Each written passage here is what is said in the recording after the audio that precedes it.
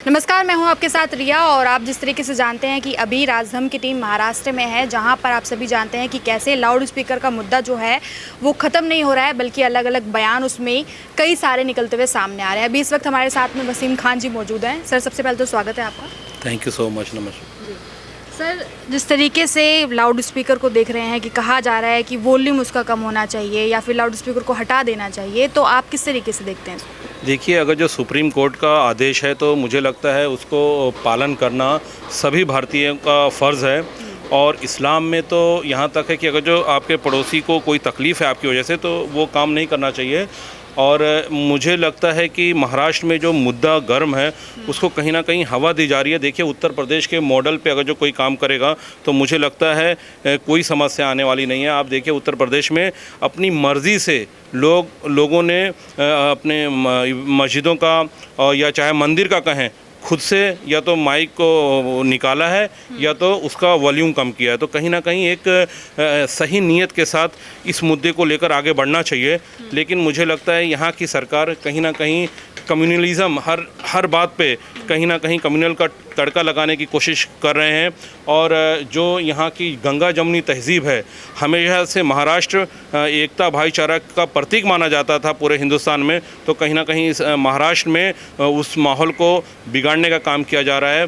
दो समुदाय के बीच में दूरी पैदा करने का काम किया जा रहा है। मुझे लगता है इस मुद्दे को बहुत ही अलग तरीके से सुलझाया जा सकता था यहाँ की गवर्नमेंट की तरफ से, जैसे उत्तर प्रदेश में किया गया, क्योंकि वहाँ पर आपने देखा कि कई सारी मस्जिदों से आपसी सहमति से लाउड स्पीकर को हटाया गया और जो डिसेबल कहा गया कि सुप्रीम कोर्ट की तरफ से कम करना है, उसका भी स्वागत किया गया। तो महाराष्ट्र में क्या जो शिवसेना सरकार है वो उस पर काम नहीं कर पा रही है, या फिर सच में वो चाहती है कि ये एक राजनीतिक मुद्दा बना रहे? देखिए, मुझे लगता है कि वो लोग कहीं ना कहीं वोटों की राजनीति कर रहे हैं। उनको लग रहा है कि अगर जो हम इस चीज़ को करेंगे तो कहीं ना कहीं एक समुदाय हमसे नाराज़ हो सकता है। मुझे लगता है ये सब राष्ट्र पहले है, प्रदेश पहले है। मुझे लगता है हमें कानून का पालन करना चाहिए और ज़्यादा इस मुद्दे को ज़्यादा तूल ना देते हुए एक जागरूकता अभियान के तहत इसमें एक मीटिंग बुलाना चाहिए सभी तबके के लोगों को, सभी समाज के लोगों को। और मुझे लगता है मुस्लिम समाज बहुत सक्षम है, बहुत मान्य है। कोई भी कानून का पालन अगर जो करने के लिए, कोई भी कानून को समझने के लिए, तो मुझे लगता है कहीं ना कहीं यहाँ की सरकार पूरी तरह से विफल हो रही है। और इस मुद्दे को ज़्यादातर ज्वलनशील करके, देखिए, दूसरी संस्थानों को या NGOs को बोलने की ज़रूरत ही नहीं पड़ना चाहिए। सरकार का काम है कि किस तरह से सुप्रीम कोर्ट का ऑर्डर या किसी जो आया है उसको कैसे इम्प्लीमेंट किया जाए, कैसे लागू किया जाए। मुझे लगता है एक सभी समुदाय के साथ एक मुश्तरका तौर पर एक मीटिंग करके इस मुद्दे को शांति से ख़त्म किया जा सकता है। लेकिन मुझे लगता है ये सरकार कहीं ना कहीं दबाव में काम कर रही है।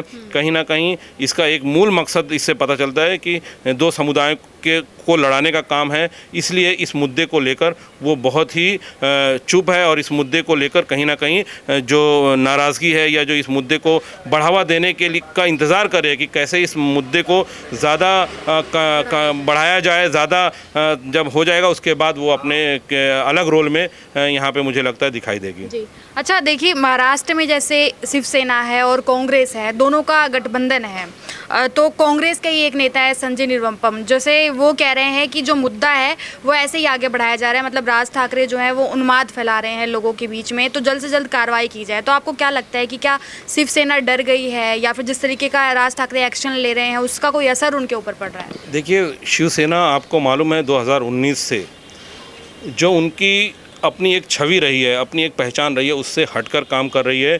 कहीं ना कहीं जिस तरह से उन्होंने कांग्रेस और NCP के साथ गठबंधन किया, वो सत्ता के लालच में वो सत्ता ना चली जाए इसके उसमें दबाव में काम कर रहे हैं। और मुझे लगता है कि क्या नाम है, उन्माद फैलाना नहीं। देखिए, अपने धर्म का पालन करना हमारे यहाँ है कि लकुम दीनुकुम वलिय दीन। आप अपने आप को अपना धर्म मुबारक, हमें अपना धर्म मुबारक।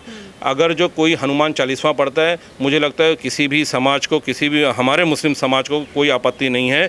ये सिर्फ राजनीतिकरण किया जा रहा है। अगर जो राज ठाकरे जी कोई मुद्दे को लेकर सुप्रीम कोर्ट का जो आदेश आएगा जो उसको लेकर आगे बढ़ रहे हैं, तो मुझे लगता है कि वो यहाँ की सरकार उसको मान्य करना चाहिए और इसको बहुत ज़्यादा बढ़ावा नहीं देना चाहिए। सरकार के बारे में बात हो रही है। अब आप देखिए कि उदाहरण बड़े बड़े हैं, क्योंकि नवनीत राणा सांसद हैं, कंगना रनौत को आप जानते होंगे कि जैसे जैसे सरकार के बारे में कुछ भी बोला गया है तो किस तरीके से कार्रवाई की गई है।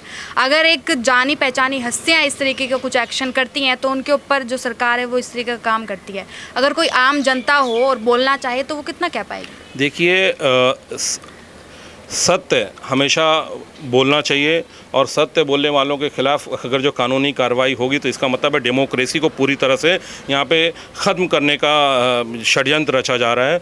आप देखिए, इससे पहले सरकार, देखिए ये डेमोक्रेसी है, सबको बोलने का अधिकार है। इससे पहले कुछ ही महीनों पहले मैं आपको याद दिलाना चाहता हूँ कि एक फ़ौजी जो रिटायर थे, बहुत बड़ी पोस्ट पे कर्नल थे, उन्होंने इस पार्टी के बीएमसी के खिलाफ कोई स्टेटमेंट दिया था, तो वहाँ पे शिवसेना के लोग गए और उन्होंने उनको बहुत मारा। जो जिन्होंने पूरी ज़िंदगी भारत की रक्षा में लगा दिया हो, उनको इतनी बेरहमी से पीटा। इसी तरह से कंगना रनौत जी ने किया तो देखिए उनके ऊपर क्या मुकदमा चला दिया गया।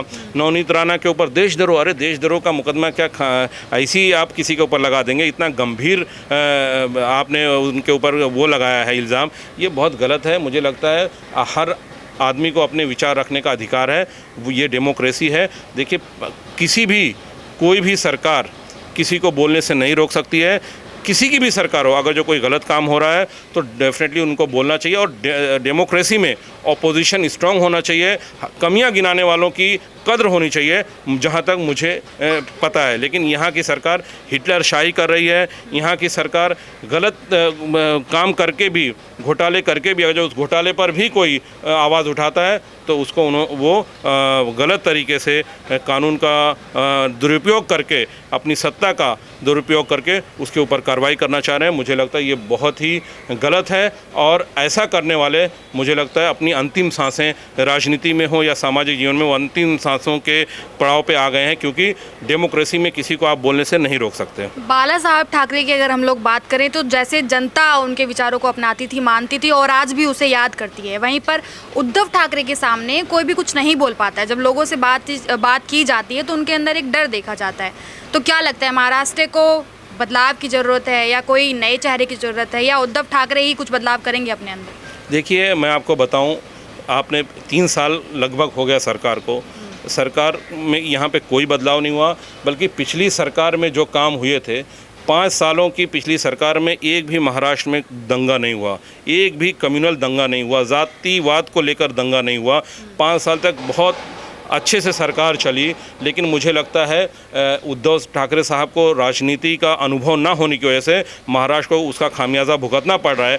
और यहाँ पे मैं बहुत धन्यवाद देता हूँ कि जो अपोजिशन में जो पार्टियाँ हैं वो कहीं ना कहीं महाराष्ट्र के हित को लेकर बहुत ताकत के साथ इस सरकार के खिलाफ खड़ी हैं।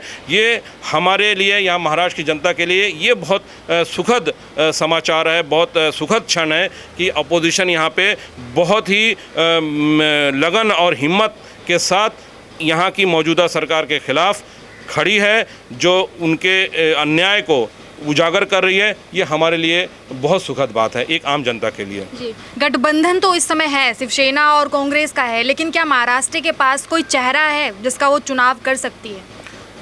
देखिए, मजबूरी में बनाई हुई ये 3 तिगाड़ी सरकार है। एक मिसाल है कि 3 तिगाड़ा काम बिगाड़ा। ये सरकार अलग अलग मूल्यों पर विचार रखने वाली लोगों के मिलकर बनी है।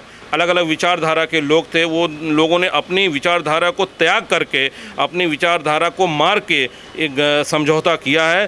तो मुझे लगता है वहाँ पे ये सब चीज़ें होनी स्वाभाविक है। अलग अलग आवाज़ उठती है उनके, इन आपस में ही। आप देखिए, सरकार जनता को आप कैसे संभालेंगे जब आपके ही 3 जो अलग अलग जो सरकारें हैं, जो अलग अलग पार्टी की हैं, उनके तीनों के एक मत नहीं है। तो आप, मुझे लगता है आप महाराष्ट्र की जनता का क्या ध्यान दे पाएंगे? मुझे लगता है महाराष्ट्र में स्थिर सरकार की ज़रूरत है। जिस तरह से हमने देखा 2014 से 2019 तक महाराष्ट्र बहुत ही शांति से आगे बढ़ा, विकास के काम हुए। मुझे लगता है वापस ये यहाँ पे बदलाव आना चाहिए और एक स्थिर सरकार यहाँ पे चलने की आवश्यकता है। महाराष्ट्र बहुत ही महत्वपूर्ण पार्ट है हिंदुस्तान का और मुंबई आर्थिक राजधानी है, तो मुझे लगता है यहाँ पर बिल्कुल कोई समझौते के साथ सरकार चलाने वाले लोगों की ज़रूरत नहीं है। जो महाराष्ट्र के हित में सोचे, जो महाराष्ट्र के लोगों के बारे में सोचे, जो मुंबई करों के बारे में सोचे, वो यहाँ पे सरकार चलाना चाहिए उस पार्टी को। और ये जो पार्टी है, आप किसी से भी पूछो, किसी भी गली मोहल्ले में कहीं पे भी जाइए, हर आदमी परेशान है।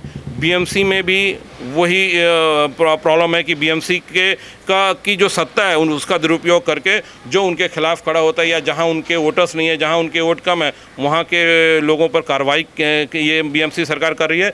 तो मुझे लगता है ऐसे लोगों की बहुत ज़्यादा ज़िंदगी नहीं रहती है राजनीतिक या सामाजिक जीवन में। तो मुझे लगता है आज जनता बहुत जागरूक है, वो अपना हक जानती है, अपना हक छीनना, अपना हक मांगना जानती है। और हमारे यहाँ महाराष्ट्र की जनता के साथ एक बहुत ही विरोधी जो पक्ष है, जो वो बहुत मजबूती के साथ खड़ा है। तो मुझे लगता है कि जनता बदलाव चाहती है और जितना जल्दी हो पाए इस महाराष्ट्र में बदलाव लाना ज़रूरी है जी। अच्छा, आपसे भी सर एक सवाल है, आप बोल पाएंगे? मैं हमारे अध्यक्ष ने तो सारी चीज़ें कवर किया है, ठीक है, पूरी कवर किया है। और जो अजान के बारे में है, सच्चाई ये है कि मुसलमानों में हम लोग भी मस्जिद में जाते हैं, लोगों के साथ में बैठते हैं, कोई ये इशू ही नहीं है। ये इशू ही नहीं है कि लाउड स्पीकर से ये होना चाहिए, ये होना चाहिए, आवाज़ कम का है।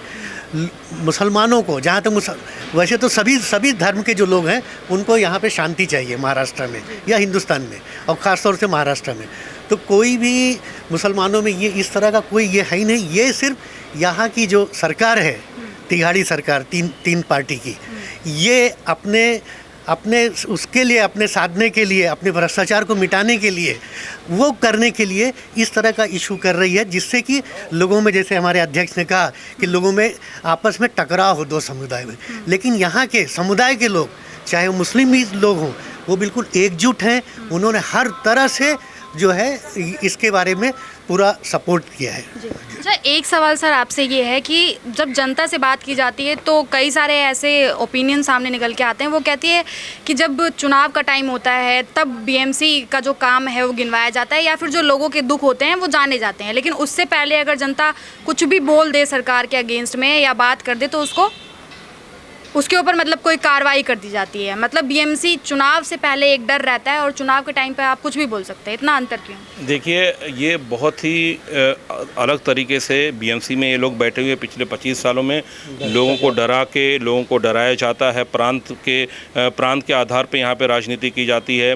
तो कहीं ना कहीं अब उनके पास एक नया मुद्दा है। देखिए, अगर जो मुस्लिम समाज के बारे में भी कोई बात करे ना खाली, तो ये भी हमें गवारा नहीं है। ये सबका साथ, सबका विकास होना चाहिए, सभी धर्म और मज़हब की बात होनी चाहिए। आप किसी एक समुदाय के लिए बोलकर, खाली उनके हक में बोलकर आप उसका नुकसान करते हो। देखिए, बोलने से कुछ नहीं होता है।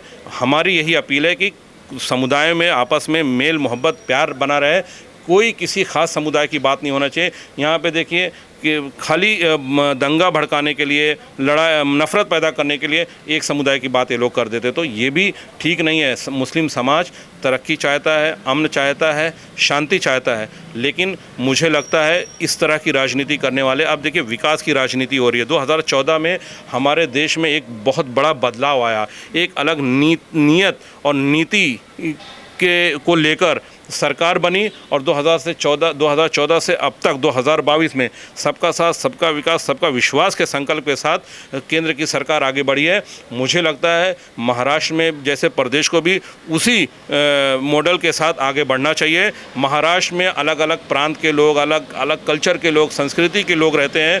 मुझे लगता है अगर जो आप चुनकर आए हो, बल्कि आप चुनकर के आए हो, धोखे से आए हो अगर, लेकिन फिर भी आपका ये स्वाभाविक आपको ये होना चाहिए कि आप सभी के लिए काम करो। समाज, महाराष्ट्र के 16 करोड़ जनता जो है उसके लिए आपको बात करना चाहिए। किसी एक समुदाय के लिए बात करके समुदाय की सिंपैथी लेके मुझे लगता है उससे फ़ायदा नहीं है। और यहाँ का मुसलमान बहुत एजुकेटेड है, बहुत समझदार है, उसको पता है कि यहाँ पे इस तरह की बात करने वालों की कोई जगह नहीं है। उसने ठान लिया है यहाँ पे जो विकास करेगा, जो प्रदेश का विकास करेगा, उसके साथ यहाँ का मुसलमान रहेगा। मुसलमान के हित में दो बात करने से आप मुसलमान को अपनी तरफ आकर्षित नहीं कर सकते हो। अब मुसलमान 2014 के बाद उसने यहाँ की केंद्र सरकार के कर कमलों को देखा है, विकास को देखा है। आज जहाँ पे भी आप देखो पूरे हिंदुस्तान में सबका विकास हुआ है। अगर जो अच्छी सड़कें बन रही हैं, अच्छे कॉलेजेस बन रहे हैं, स्कूल बन रहे हैं,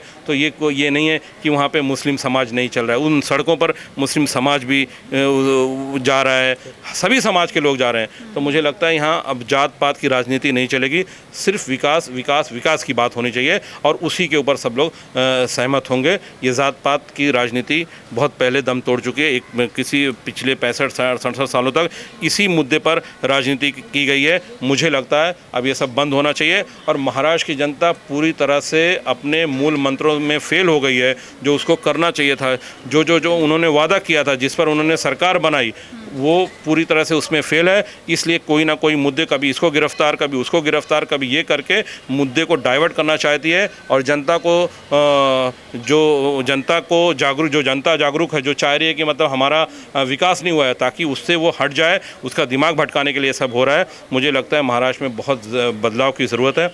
आप पूरे महाराष्ट्र या मुंबई में आप देख लीजिए क्या विकास हुआ है पिछले 25 सालों में इनकी सरकार रही है। आपको स्वयं पता चल जाएगा कि यहाँ की सरकार या यहाँ जो बीएमसी में लोग बैठे हैं यहाँ पे क्या कर रहे हैं। कई लोग तो देवेंद्र फडणवीस को भी याद करते हुए नजर आ रहे हैं। क्या लग रहा है कि वो भी कुछ कर सकते हैं या फिर खरे उतर सकते हैं? देखिए, देवेंद्र फडणवीस जी के बारे में जो मुझे जानकारी है, जब वो 2014 में आए सत्ता में महाराष्ट्र की, तब उन्होंने बहुत अच्छे से सरकार चलाई। उनको 2017 में आपको उलमाए किराम जो हमारे महाराष्ट्र के हैं, जो मुंबई के, उन्होंने उनको बहुत बड़ा अवार्ड भी दिया था कि जिस तरह से उन्होंने पूरे प्रदेश में शांति स्थापित की, जिस तरह से सभी समुदाय के बीच में गए। एक भी दंगा पूरे महाराष्ट्र में उनके पीरियड में नहीं हुआ है, बल्कि सबको साथ में लेकर वो आगे बढ़े हैं। तो कहीं ना कहीं मुझे लगता है महाराष्ट्र के लिए वो सबसे अच्छा विकल्प है। लेकिन हम एक चीज़ और यहाँ कहना चाह रहे हैं कि सत्ता किसी की भी हो, सत्ता में कोई भी बैठा हो, लेकिन मुझे लगता है यहाँ के मुख्यमंत्री जो हैं वो 2.5 साल तक घर से बाहर नहीं निकले।